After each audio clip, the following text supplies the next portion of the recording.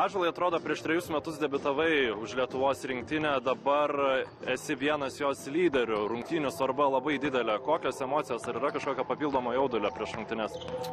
Jaudulio tikrai nėra pas mane, gal truputį kažkiek slepias, tai yra normalu, bet nežinau, su tokiu požiūriu atvažiavom čia į Lietuvą, kad reikia laimėti rungtynės. Daugiau nelabai ką galiu pridurti.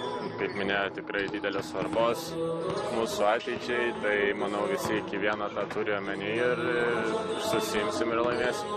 Minėjai, kad svarbiausia užduotis yra įtraukti tuos iš NBA atvykusius krepšininkus į komandą. Kaip vyksta šis procesas, ar pavyko pasistumėti bendrai komandai per šį laiką praleistą kartu?